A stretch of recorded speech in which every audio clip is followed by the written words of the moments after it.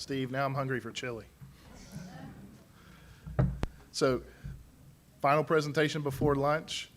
My boss, Miss Lisa Bissig, is going to walk us through partnering and market research.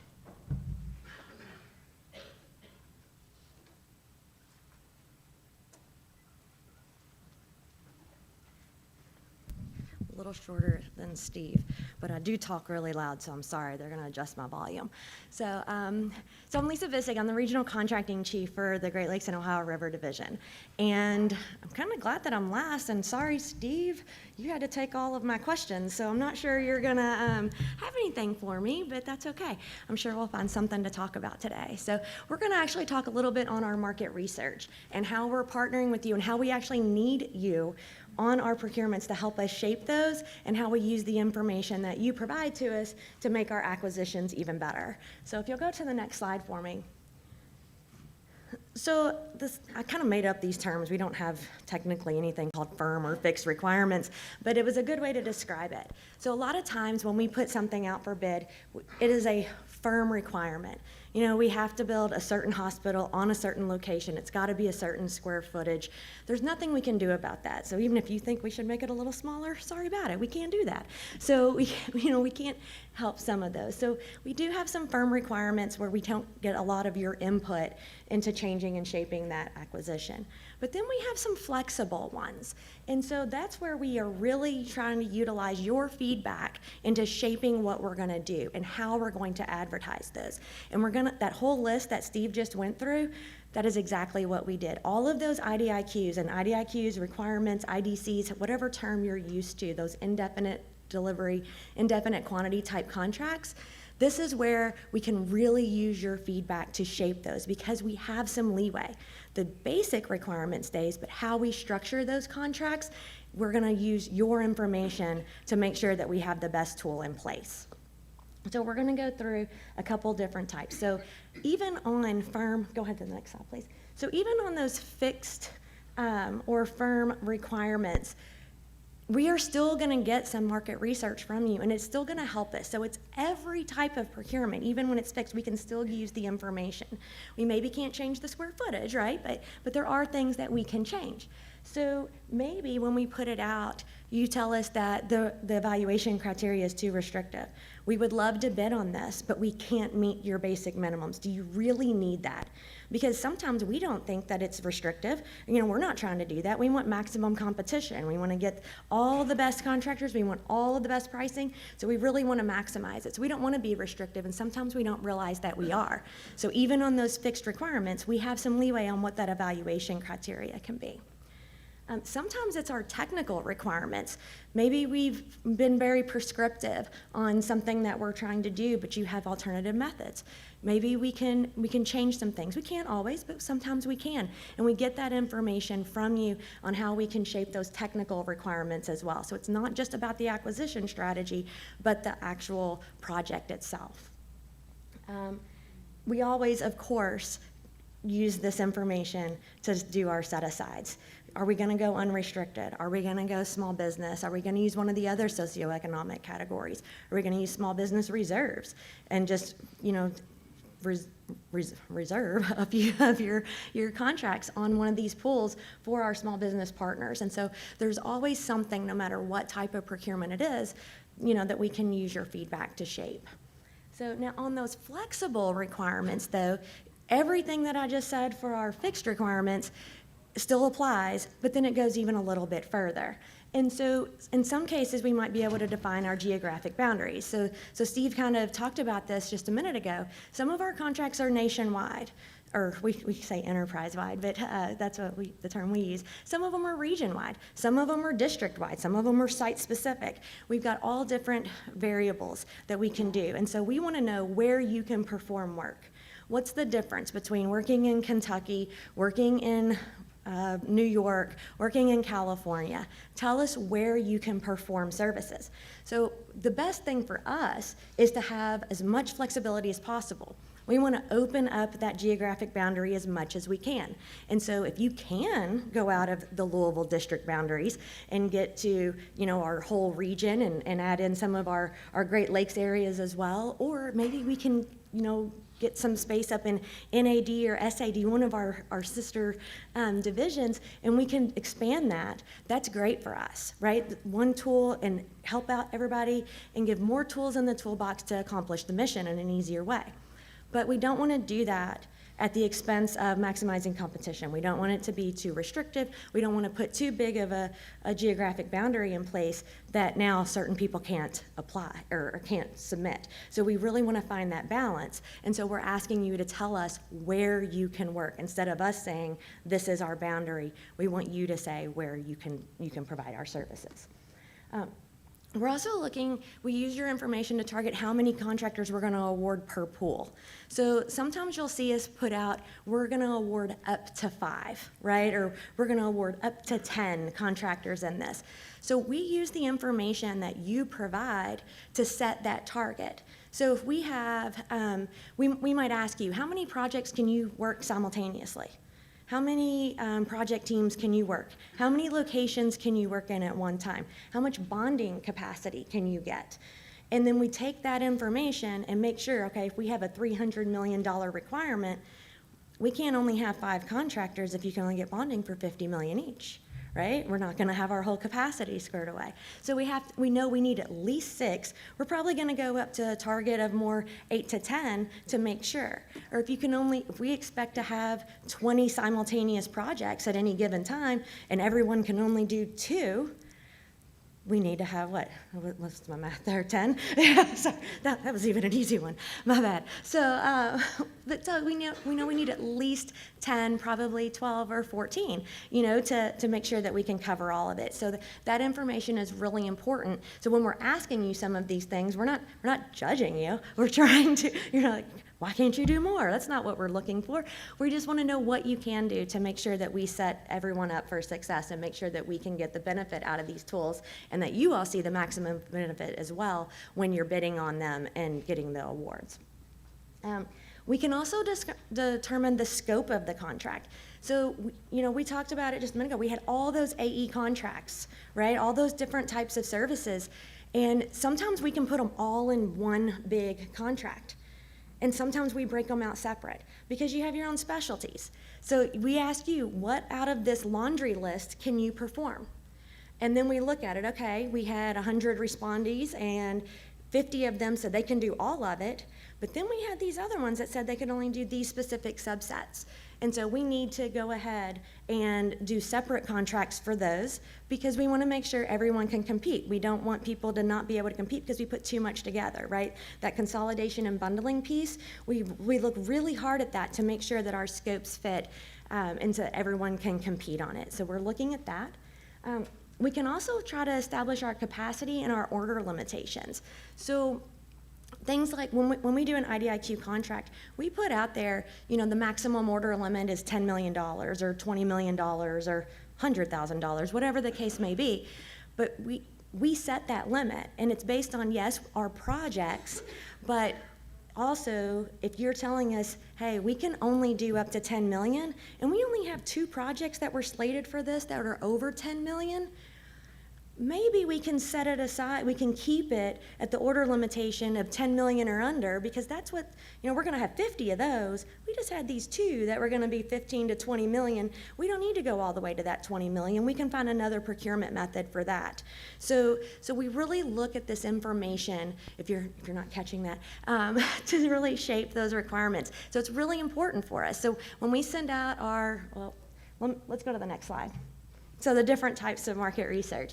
So we do all different types, okay? So sometimes we're doing market research that you don't even know that we're doing. So we're looking at our historical procurement data, right?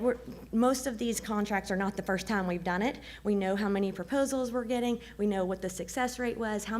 Once we awarded them, how many of those contractors were able to bid on each of the MATOC action or the task orders that we let after that? Because sometimes we set ourselves up at the base and then we see that we actually had a problem at the task order level. So we look at all of that information to shape future requirements. So we're doing that.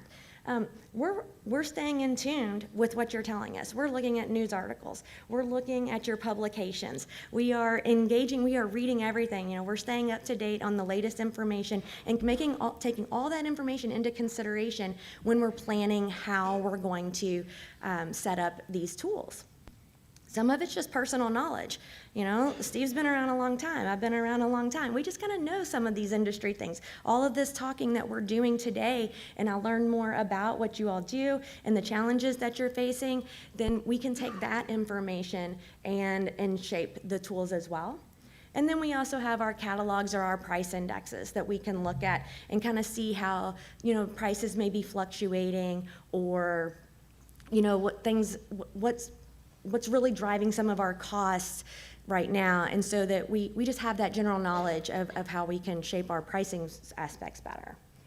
But other methods are out there too, and this is where you all really come into play. So we need you all to participate in our outreach events like this. So thank you so much for being here. This is market research. That is what this is for us, and this is why we're doing things like this. And we want all that information from you to tell us what you're doing. Those capability statements that you all submitted, I think you were asked to submit those. No? Oh, I'm getting Morgan. Oh, nope, sorry. You weren't. Okay, so we're going to get those.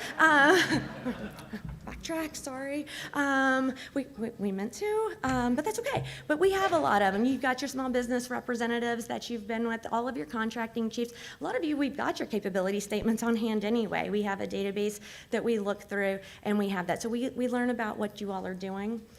We do also have, so this is a general outreach event, right? We're talking about all 7 districts, massive programs, everybody all together. But then we have project-specific industry days. So we do these a lot on our larger procurements, and sometimes we have multiple ones. Please, if you have any interest, as a sub, as a prime, as the designer, the construction, anybody, come and participate in those and give us that feedback, because if we're still doing those, that means we're still wanting your input. We're still shaping that requirement and still trying to figure it out ourselves, and we can't do that without your input. We also, okay, so let me go back to the draft RFPs real quick. I was going to jump down. Draft RFPs. So we do this one also for our larger procurements. We'll put something out and we'll let you look at it before it's official. Tell us what you see wrong with it. Tell us how we can make it better. This is where you can look at some of that restrictive criteria maybe that we were anticipating using. This is your opportunity to actually see what we're going to ask for and help us really shape it. We generally only will do draft RFPs on some of our larger things, but we're trying to incorporate it into some of our smaller procurements as well. So you'll start to see more and more of that as we're trying to get more information to help better shape our staff. And then the last one is our sources sought notices. So we do this for anything over $250,000. We put out a sources sought. Well, I won't say everything, but a lot. Okay, let me just backtrack a little. I say everything too much, too definite. But we do a lot of these sources sought. Those are out on SAM, and we're asking for very specific information. And this is where we're going to ask about your bonding, about your experience. And depending on the type of requirement, it might be one of those more fixed contracts where we're saying, you know, you really need to have this type of experience, you need to have, you know, submit these things, and we've already kind of prescribed what we're going to do. But other times you're going to see those sources sought as we're still defining it and we need that input to help shape it. So we really do use that information a lot, and I want you to understand how valuable it is and how much emphasis we put on it, because a lot of people say, oh yeah, we didn't submit on that. Yeah, we wanted to bid, but we didn't put in on your sources sought. Well, we wanted your input. So if you can take that few minutes to give us that input, we try to not make it too cumbersome. Sometimes we don't hit that mark, but we try not to, but so that we can consider it and shape those procurements better. So I want to give a couple of examples. So let's go to, I've hit a couple, but these are actual real life. I didn't put projects up there, so I kept it a little generic, but these are ways when we have changed our procurement strategy based on what you've given us, all right? So these are some fixed examples. So on this one, we were doing some horizontal construction, and our evaluation criteria required that your projects to be considered relevant all had to be completed in the last 5 years. And this was probably just an oversight on our part because we do know this information, but it's kind of unique, right? When we're doing some of our, our new locks and things, we don't award those every day. Right? These only come up every few years. So how are we asking you to submit 5 projects completed in the last 5 years? It's not gonna work. Nobody's gonna be eligible. And so it's like, oh, okay. Duh moment, right? That's okay, but sometimes we need that. We overlook that when we're talking about it. And so we did change our criteria, and we let it to be where things were maybe only 50% complete, because some of these construction periods last 20 plus years on some of them. So we wanted 50% complete. We needed to know a little bit, but we also went back 10 years too. So it just widened that pool of experience that we could consider to increase our bidding competition, because that's what we're really interested in doing. And then we had one where we had some vertical construction, and we did a draft RFP, and we had a very and I'm not technical, you all will understand this, so I'm not trying to dive into all the technical aspect, but we had a very technical prescribed, like, this is what we want you to do and how we want you to do it. And as people saw it, they were like, well, I've got this new way, but I'm gonna have a deficiency. And I've got this new way over here, but I'm gonna have a deficiency. We wanna do it differently. And so on those, we came in, and one of the contractors even came in and did a capability statement and talked to our technical team and said, look at this new way that we can do this, but you're preventing it. This is so much better. And they asked us to change it into more of a performance-based versus a prescriptive method, so that we would get to the same end result without prescribing the exact way to get there. And in that particular case, our technical team was able to allow that. What they did was gonna meet all of our standards, and it wasn't just that one, like I said, multiple contractors said, don't prescribe it. Let us help you with something more innovative and a better way to do this, and we can save you some cost. And so we were able to change that. You can go ahead to the next one. Okay, so on this one, so this is one of the ones we just did, actually. So we knew coming up for our bill contracts that we were gonna need about $250 million in metal fabrication. So we knew that piece of it. So when we came out to you, we asked what you all were gonna do. And what we discovered, and well, I shouldn't say discovered, what we confirmed maybe was that it is a limited industry base. We don't have a lot of folks in industry doing federal procurements that are gonna do steel and metal fabrication. And then we also discovered that we were putting some really tough restrictions. So in order to get the contract, you had to have a certification, but the only way to get the certification is to do the work to obtain the certification. And so we were kind of keeping this limited industry base because of our own procurement strategy. By requiring that up front, we weren't allowing people to enter this market. And then we saw that there was already a backlog.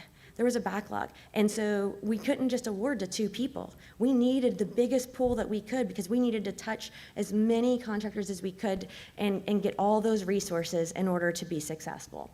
So we were able to split this into 2 different pools. Instead of just saying we want one for $250 million, we split it. And we were able to remove that certification requirement and allow people to obtain that requirement on one of those pools. Not on both, because our larger stuff, we do still need that, but we're still growing that base and letting more people come in by letting you obtain that certification. And we're gonna partner with you to make sure that you can get that you're gonna be successful, so that you can get that certification at the end of the project. And then we also changed our acquisition method. Instead of saying we're only gonna award to up to 3 contractors or up to 5 contractors, we decided to not even look at price at all, and we're gonna award to all qualifying offers. So everyone that bid on it, everyone that proposed, that met the basic minimum technical requirements received a contract. So instead, we didn't know what we were gonna get. We had an idea, right? Because we listened to you. We saw that there were only, a handful, maybe less than 10 that would be interested and meet the qualifications. So we wanted as many as we could get. We hoped that all 10 put in, and I think we ended up with about 5 or 6 on each one. So if we'd have limited ourselves at 3, that was not gonna work for us. So we let people, everyone who's qualified, got a contract. This is that no price contract. Yeah, sorry. So if you wanted that explanation, there you go. And then the other one that we did that was a really big one is that we had the $750 million worth of construction. We knew that we were going to have that coming at us. It was going to be marine-based, it was going to be land-based, we needed design build, we need design bid build. We want it all. We want every available tool at our disposal, so we want everything in the kitchen sink on this. But we quickly saw that is not going to happen. We wanted one tool that was going to solve all of our problems, and we were like, we're not going to get that. If we put all of this together, we're only going to get maybe 2 or 3 contractors that are going to really want all of it, especially in the small business arena, because we had some small businesses that could take on some of this work, but not if we made it too big. So what we did, we really split this one. So instead of 1 contract, we ended up with 4. We were going to do a 5th one until we didn't have quite the need for it once we split it all up. But our geographic boundaries were too broad. And while LRD prides ourselves on really working together and helping and putting tools in place that all of us can use, we couldn't do it in this case. We definitely have the 2 watersheds, and we've got folks that work in our Great Lakes areas, and we have folks that work on our rivers. And so that was really important. We couldn't use the whole region. It was going to cut our competition in half or more. And so we split things between our lakes and our rivers. And then we also had marine-based and we have land-based. So I learned something new, but I didn't know this. Probably our technical folks did, and they're like, Lisa, how do you not know this? You've been around a long time. But that some of us only do marine-based construction and some only do land-based. So if we put it all together and then we only award 5 contracts, you're only going to get 2 bidders at the task order level on each, because they can't do the whole scope. And so we split that out. Or they weren't going to bid at all because they couldn't do the entire scope. So we split it out and we separated our marine-based and our land-based, really, really opening up that market for us. And then the last one on there was the design build. So we learned that in the marine-based arena, design build is not the standard. It's not what's done. We've only ever done design bid build, and then we're asking the folks that have been working for us for years to now have the capabilities to do design build. And while we still want that and we want to start using that design build a little bit more, we didn't think that just coming out and saying, okay, we're going to do all of this work, we're going to try a new method, and we're going to ask you to put a proposal in 3 months and no time to make teaming arrangements or develop relationships, and we're going to set everyone up for failure. Yeah, so we decided not to do that, and we decided to change all those to design bid build, where everyone was really comfortable, and it's keeping that out. But our design build requirement didn't go away. We still need that, right? So we do still have 1 contract that is for the entire region, has marine-based and land-based, and has design build and design bid build. And so everything is together on those because there is a market for that as well. So we are hitting all facets of the industry and making sure that everyone can be successful at the task order level, because you're competing against your peers that are doing the same things that you are versus companies that have different qualifications or different or more capabilities than what your firm has. And so this allows everyone to jump in. And so that's the end of my slides, but I do want to share one thing. So if I've touched on anything, hopefully you see we do use the information. And some of you are probably thinking right now, well, but I put in on that and I said I didn't want it that way. And you did it anyway. Well, so in case you don't realize this, what you want is not what you want. So we have to take what everyone says and really consider it and look at our requirements in order to shape it. So it's not that we're not listening, all right? Sometimes we can't accommodate. Sometimes it's not in our best interest to accommodate. Sometimes, you know, we have competing opinions and we have to look at, okay, what's in the government's best interest? So it's not that we're not listening to you or not considering your input, because we definitely are. But considering your input does not necessarily mean that we are going to do every single thing that you submit on those surveys. We can't accommodate everyone because we all have different needs, different takes, different business practices. And so we really want to make sure that we get that feedback and you continue, even though we may not be able to accommodate you on this one. Maybe the next time what you're submitting is something that we can work with and that it does work in our best interest. Okay, does that make sense? Okay, great. All right, so that's all I have for you. If there's any questions, I don't know my time. I don't know if I'm sure we still have time. Okay, so yes, sir.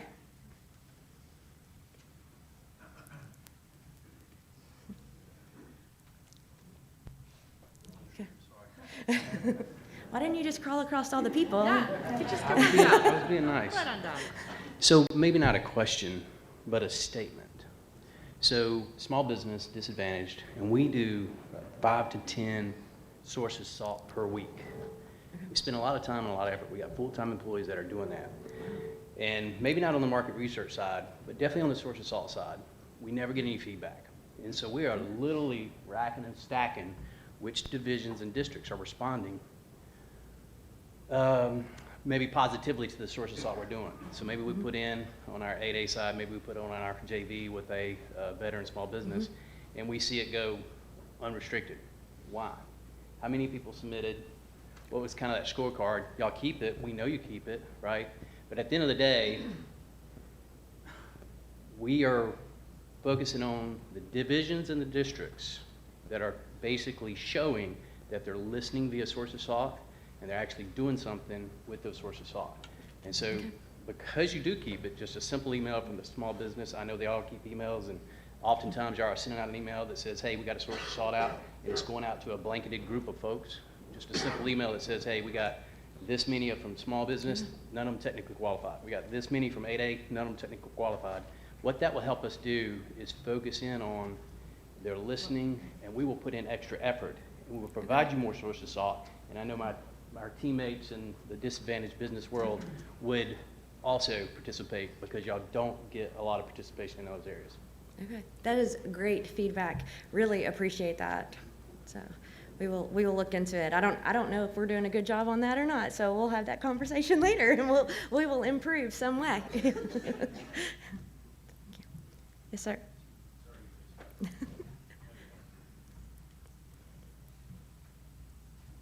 I'd just like to pile on that last comment.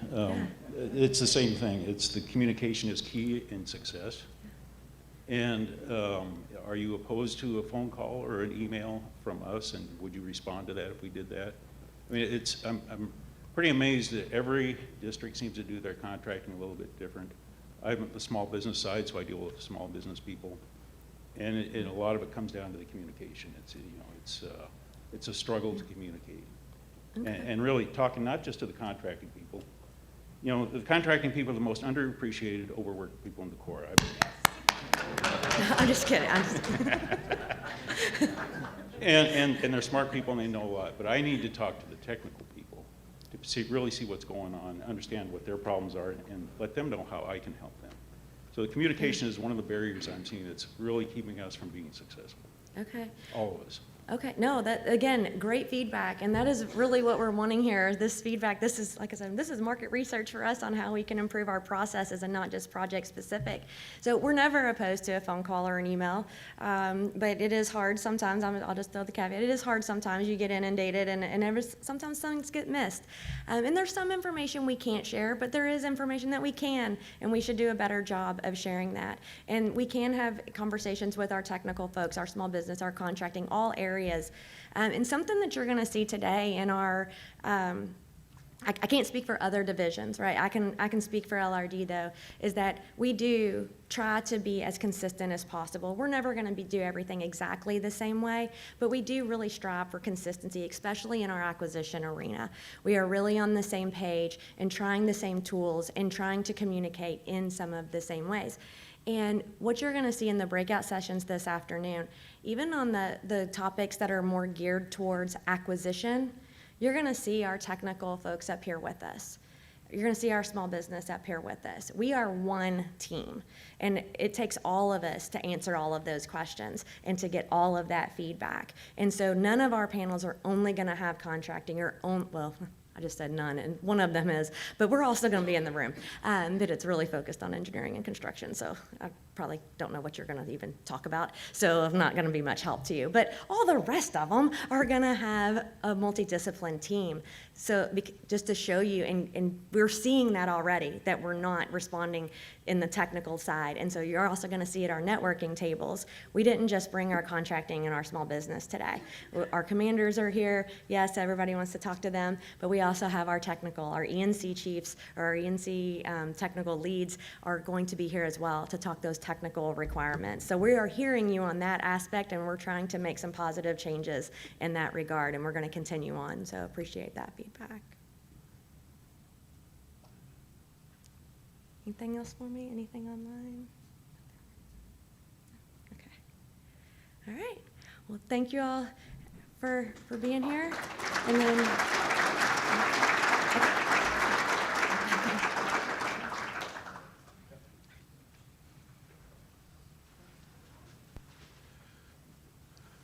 I love her. She's great. Okay, so this will conclude the morning session. Just a recap for how the afternoon's going to work. A reminder on the breakout sessions, if you look through the agenda, we have them numbered 1 through 6, right? All of the odd numbers will be here in this room. All of the even numbers will be next door in Covington 3. And then for your networking session, it'll be in the Kentucky room, which is out those doors and just around the corner. You'll see an LRD banner. You can't miss it. Everything's going to be running concurrently, so the afternoon is kind of your time to choose how you spend it. If you want to go pick up a technical session and go to a breakout session and then go do some networking and then pick up another breakout, you can do that. It's open forum, or as far as open schedule for you to do what you want and spend your time where you think it's going to provide you the most value, so that we can partner with you. We're not going to reconvene at the end of the day, so once we break for lunch, this will be the last time we're all formally together, but we plan to stay as long as you do. I think we're planning at least until 5 or longer, because we don't want to cut the networking short. So with that, ma'am, if you want to close us out.